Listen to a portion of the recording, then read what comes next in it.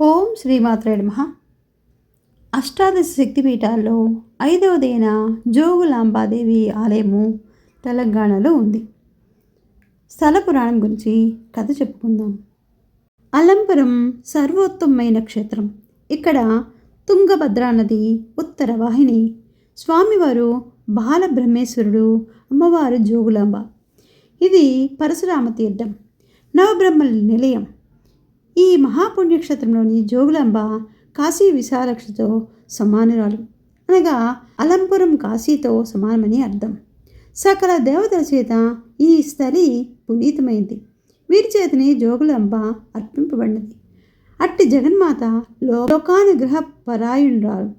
ఆ దేవి మనను అనుగ్రహించుగాక. ఈ పుణ్యక్షేత్రం తెలంగాణలోని మహబూబ్ నగర్ జిల్లాలో ఉంది. ఇది ఆంధ్రప్రదేశ్ కర్నూలు పట్టణం నుండి సుమారు 30 కిలోమీటర్ దూరంలో ఉంటుంది. దీని పూర్వ నామధేయము అలంపురం. ఒకానొక కల్పంలోని ఆదియుగంలో ఇది హరహర క్షేత్రమై భాసింది. కాలాంతరంలో ఈ క్షేత్రం యొక్క ప్రశస్తి మరుగున పడిపోయింది. దక్షిణ కాశీగా కొందరు దీన్ని వ్యవహరిస్తారు. చిత్రం ఏమిటంటే, దక్షిణాన చాలా శైవ క్షేత్రాలు దక్షిణ కాశీ అంటూ ఉండటం పరిపాటి. శ్రీశైల క్షేత్రానికి పశ్చిమ ద్వారంగా అలంపురానికి అభివర్ణిస్తారు. కాశీతో పోలిక తీసుకురావడం రాదగ్గ చాలా అంశాలు అలంపురానికి ఉన్నందువల్ల దీన్ని దక్షిణ కాశీ అనడం సమంజసమే. ఎందుకంటే కాశీలో గంగా ఉత్తరవాహిని, అలంపురంలో తుంగభద్ర ఉత్తరవాహిని.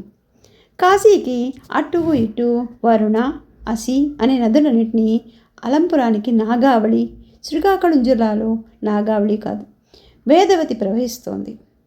కాశీకి దగ్గరలో త్రివేణి సంగమం ఉంది. అలంపురం సమీపంలో తుంగభద్ర, కృష్ణా నదుల సంగమం కలిసి ఉంది. కాశీలో విశాలాక్షి, విశ్వేశ్వరుల వలె అలంపురంలో జోగులాంబ, బాలబ్రహ్మేశ్వరులు ఉన్నారు. పౌరాణిక గాథలు చెప్పుకుందాం. మోక్షపురిగా ప్రశస్తి చెందిన కాశీలో ఒక శిల్పి ఉండేవాడు. అతనికి ఒక కుటుంబంలో ఒక బాల వితంతు ఉండేది. ఆమె అసమాన భక్తి తత్పరతో కాశీ విశ్వేశ్వరుని కొలుస్తూ ఉండేది. ఒకనాడు ఆమె భక్తికి మెచ్చిన విశ్వేశ్వరుడు ఆమెకు తన హృదయంలో ఆమె భర్తను దర్శింపజేశాడు. ఏదైనా వరం కోరుకోమన్నాడు. విశ్వేశ్వరుడిలో భర్తను చూసిన ఆమె తనకు పుత్రుడిని ప్రసాదించమని అడిగింది. శంభుడు తదాస్తు అన్నాడు. ఆ మహాసద్వికి పుత్రుడు కలిగాడు. కానీ భర్త మరణాంతరము కలిగిన సంతానాన్ని లోకం హర్షిస్తుందా? సూటిపోటి మాటలతో పొడవసాగింది. బాలుడు తెలిసాక, లోకం తీరు చూశాక తల్లిని నిలదీశాడు. విశ్వేశ్వరుడే నీ తండ్రి అని సతీమ తల్లి సత్యమే పలికింది. ఆ సంగతి ఏదో విశ్వేశ్వరునితోనే తెలుసుకుందామా అనుకున్నాడు ఆ బాలుడు. అన్నపానాలు మానేసి అహర్నిశలు విశ్వేశ్వరుడి గురించి ధ్యానం చేయడం మొదలుపెట్టాడు. చిరకాలానికి ఆ బాలునికి తపస్సు ఫలించి శివుడి ప్రత్యక్షమయ్యాడు. కుర్రవాడిని ఓదార్చి ఇలా బోధించాడు. నాయనా, లోకంలో ధర్మ వ్యవస్థ ఒకటి ఉంటుంది.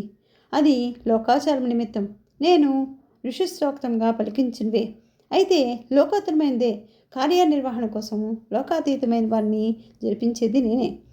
నీ వల్ల కాదగ్గ కార్యము జరిపించడం కోసమే నీ జన్మ సంభవింపజేశాను.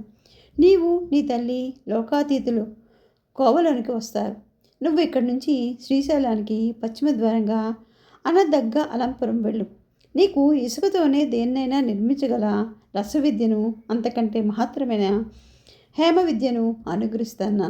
అక్కడి శిలలు సైతము జీవవంతములై నీ మాట వింటాయి. అక్కడ క్షేత్రం నిర్మించు.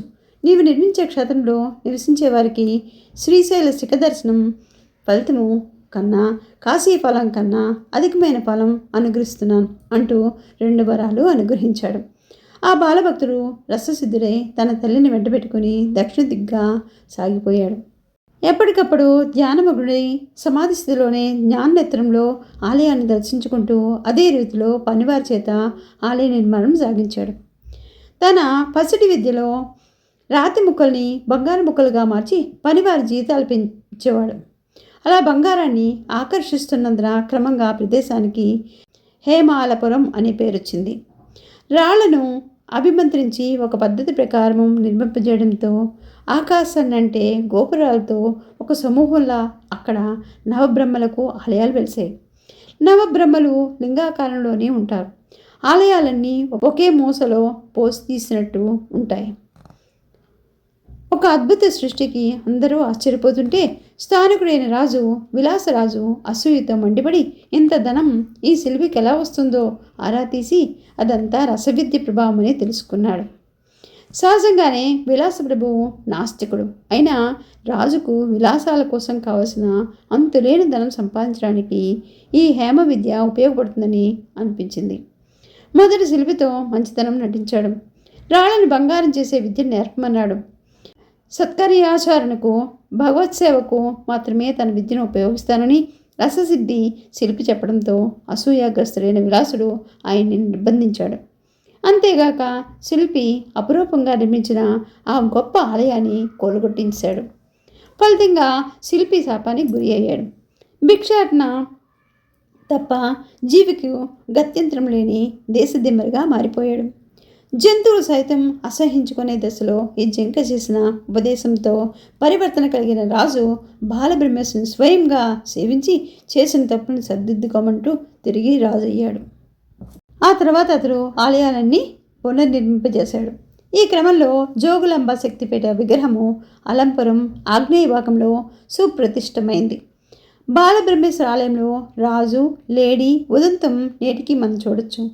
అనంతకాలంలో ఆ రాజవంశీయులు తుంగభద్రా నదికి ఆవరి తీరంలోనూ ఎన్నో ఆలయాలను నిర్మింపజేశారు. ఓం శ్రీమాత్రే నమః.